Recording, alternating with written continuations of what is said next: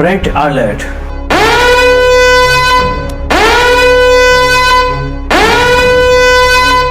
Star TV Sri Lanka Ilangai வாழ் மக்கள் அனைவருக்கும் இன்று தொடக்கம் தேர்தல் திகதி அறிவிக்கும் வரை ரெட் அலர்ட்டினை விடுக்கின்றது. இலங்கையில் எதிர்வரும் தேர்தலை பெசில் ராஜபக்சவின் விருப்பப்படி பார்லமெண்ட் தேர்தலை நடத்துவதற்கான சந்தர்ப்பங்கள் அதிக அளவில் காணப்படுகின்றது.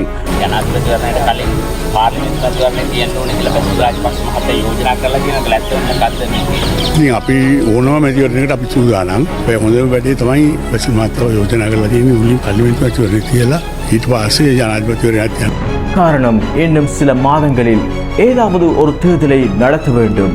அது ஜனாதிபதி தேர்தலாக இருந்தால் NPP தேசிய மக்கள் சக்தி கட்சியினுடைய தலைவர் அனுரகுமார திசாநாயக்க அவர்கள் அதிக வாக்குகளினால் வெற்றி பெறுவார் என்பதை பல ஆய்வுகள் தெரிவிக்கின்றன. அப்படி ஜனாதிபதி தேர்தலில் அனுரகுமார திசாநாயக்க அவர்கள் வெற்றி பெற்ற என்ற செய்தி மக்களுக்கு ஊடகங்கள் வாயிலாக கிடைத்தவுடன் இனவாத அரசியல்வாதிகளின் நிலை என்னவாகும் என்பதை மக்களாகிய உங்களுக்கு நன்கு தெரியும்.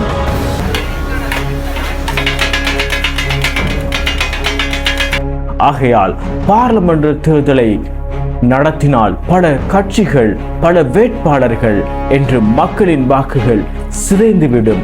ஆகையால் இனவாத ஊழல்வாத அரசியல்வாதிகளுக்கு சேஃப் பார்லமெண்ட் தேர்தலே.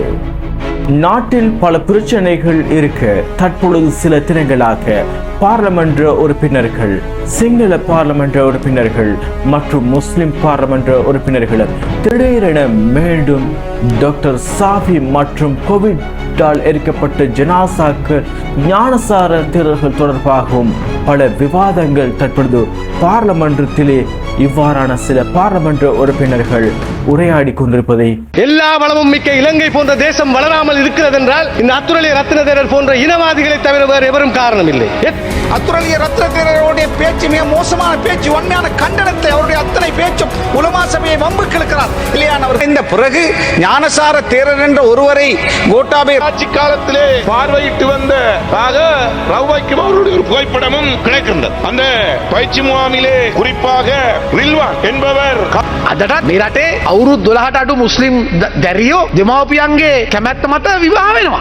මොන ශිෂ්ට සමාජය තුලද ගරු සභාපතිතුමිය අවුරුදු 18ට අඩු කාන්තාවක් විවාහ වෙන්න වෙනත් අයගේ கூறிய அத்துரலிய ரத்னதேரர் அவர்கள் பேசுகின்ற பொழுது முஸ்லிம் சமூகம் தீவிரவாத சிந்தனை கொண்டது சர்வதேசத்தில் இருக்கின்ற சமூகமாயினும் சரி உலக நாடு இருக்கின்ற சமூகமாயினும் சரி முஸ்லிம் தீவிரவாதம் இருக்கின்றது இஸ்லாமிய தீவிரவாதம் இருக்கின்ற கருத்தை இன்று யாரையோ காப்பாற்றுவதற்காக இன்றும் கூட வெக்கமில்லாமல் இந்த நெதஜாகின் மீது இடிகுழுந்து சாக வேண்டும் என்று அவரை இந்த நெதஜாகின் மீது இடிகுழுந்து சாக வேண்டும் என்று அவரை ශාපි ශාබ්දීන් වැනි සිද්ධ යොදාගත්තා. ශාපි ශාබ්දීන්ගේ සිද්ධිය බොරුවක්ද? නඩුව ඉවරද? නෑ. මහේස්ත්‍රාත් අධිකරණය දැන් සහරාන් හිටපු කාමරේ සහරාන් එන්න කලින් කවුද හිටියේ? ඒක ලැඟුම් අරගෙන හිටියේ කවුද? ඒක වාර්තා වෙලා නැහැ. ඒක උසාවියට වාර්තා කරන්නේ නැහැ. ஷாங்கிலா ஹோட்டலே பிலியர் இப்பொழுதும் சஹரான் அவர்கள் பயங்கரவாதி என்று தப்பி விட்டு செல்கிறார்கள். ஆனா 2017 2018 ஆண்டு அவர் உறக்க குரல் கொடுக்கிற பொழுதோ தோஷமாக பேசுகிற பொழுதோ அந்த சஹரானோட போது ஒப்பந்தம் செய்தவர்கள் பணம் எடுத்தவர்கள் அங்கு போய் அவருடைய காயப்பட்டவருக்கு மருந்து போட்டவர்கள் எல்லோரும் வந்து இன்னமும் அதை ஏற்றி கவலைப்பட்டுக் கொண்டிருக்கின்றது. முஸ்லிம் சமூகத்திற்கு எதிரான தாக்குதல் இலங்கையில் ஏற்பட்டது ஏப்ரல் 21 மாத்திரமல்ல. இவ்வாறு பார்லமெண்டத்தில் திடீரென அலையடிக்க ஆரம்பித்துள்ளது. கடந்த ஒரு சில தினங்களாக இவ்வாறு 225 பார்லமெண்ட் உறுப்பினர்களும் தொடர்ந்தால் நாட்டை எவ்வாறு முன்னோக்கி கொண்டு செல்ல முடியும்? இவர்கள் தற்பொழுது இவர்களின் வாக்கு வங்கிகளை நிரப்புவதற்காக பாடுபடுகின்றார்கள் என்பதை நாம் சிந்திக்க வேண்டும். இவர்கள் ஒருபோதும் நாட்டுக்காக இவற்றை பேசவில்லை. பதவிகளை தக்க வைக்கவும் தங்களின் கட்சிகளுக்குள் மக்களின் ஆதரவை திரட்ட வேண்டும் என்பதற்காகவே இவர்கள் இவ்வாறு செய்கின்றார்கள்.